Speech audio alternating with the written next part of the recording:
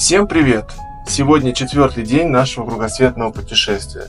И мы отправляемся в поездку по острову.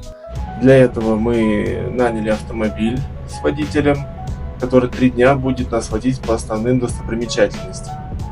Мы пересели с автомобиля на автобус, который везет нас к первому храму. Как называется первый храм, Катя? Пура Пинатаран Агун. Это древнейший храм на острове. В горку нас подняли на мопедах. Дорога заняла всего буквально несколько минут. Вот это место. Сейчас будет один из самых известных инстаграмных видов. Вот эти вот ворота. Как мы выяснили, очередь на фотографию в этих воротах занимает порядка 2 часов. Мы не стали ждать, сфотографировались в маленьких воротах. Вообще там с него вид должен открываться на гору Агун. Но у нас было немножко пасмурно, и поэтому мы этого не увидели. Эти же автобусы везут обратно, там, где нас ждет водитель. И мы отправляемся в следующее место.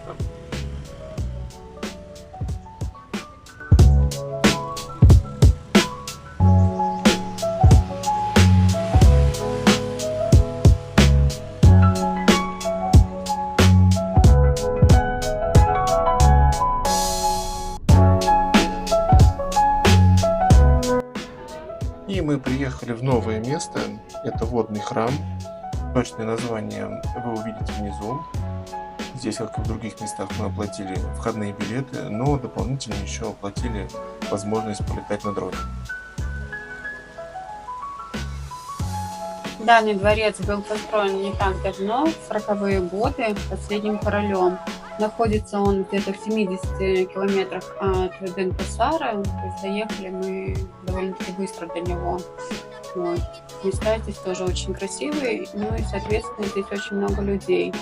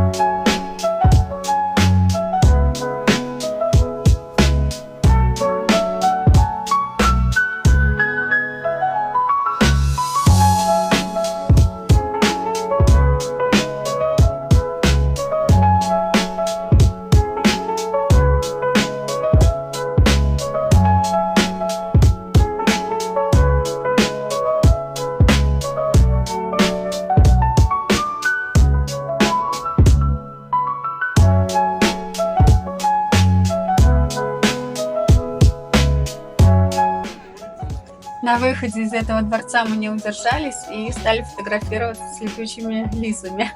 Сашина лиса не очень его слушалась и хотела постоянно лизать ему руки.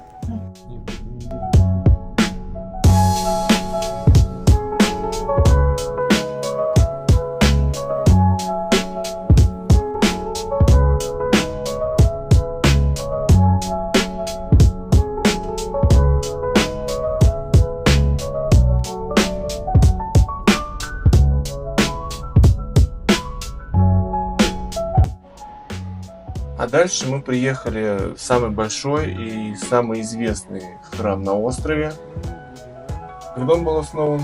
Он был основан в 8 веке, и он является самым большим, так как состоит из 86 храмов. Находится он на склоне горы Агун. Самый большой, действующий на данный момент, и самый древний храм на острове. Также мы оплатили, естественно, входные билеты, одели нам, как мы написали. Сара, да. Вот. Это обязательно у них для посещения всех храмов. И каждому гостю, вот нам как паре, да, выделили отдельного гида, он входил в стоимость. Возможно, можно было купить билеты без гида, но что-то не разобрались, взяли, короче, все включено. Также мы приняли участие в церемонии священной. Записывать видео здесь нам запретили. Но мы Но мы записали. немножко записали.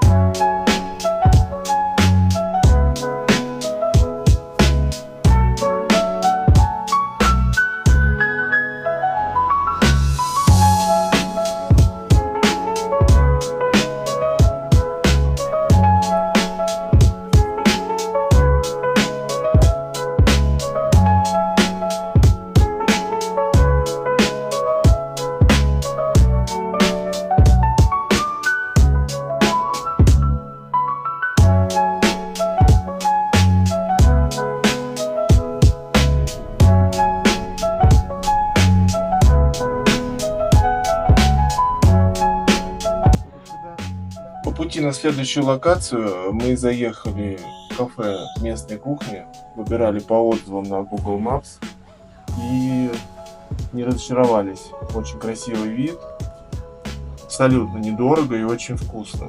Да, свежевыжатые соки, как всегда, без сахара, без воды. И сама кухня такая очень даже вкусная, по-домашнему.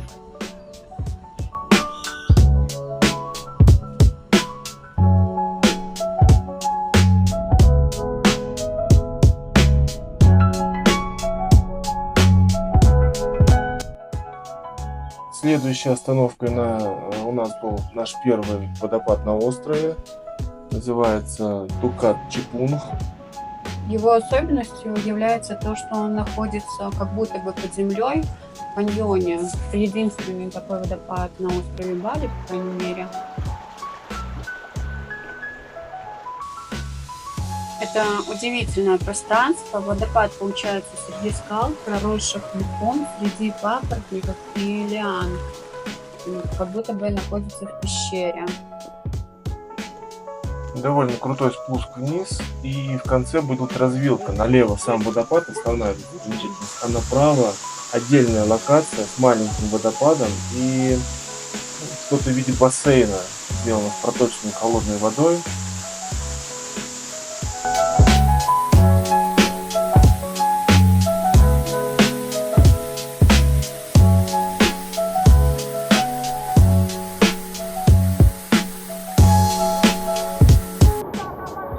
Как и во многих локациях, в этом месте тоже была организована очередь, чтобы люди могли цивилизованно сфотографироваться, без посторонних в кадре. Но У нас попал такой нашелся персонаж. персонаж, по-моему, он был немного нетрезвый, который прямо конкретно влез. Он там плескался. Не обращал ни на кого внимания. Да, люди, конечно, были в шоке, которые стояли за нами в очереди. Но место действительно красивое. Не передает камера всех этих видов, потому что, во-первых, брызги, вода попадает в объектив.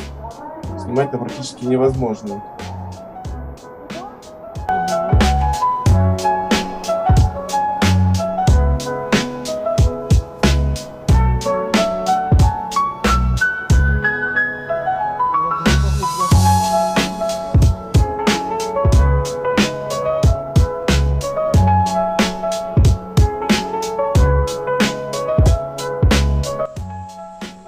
На обратном пути безвозвратно были утрачены мои шлепки, и оставшую часть маршрута я уже совершил босиком. А это красивый закат, который мы, к сожалению, видели только из окна автомобиля.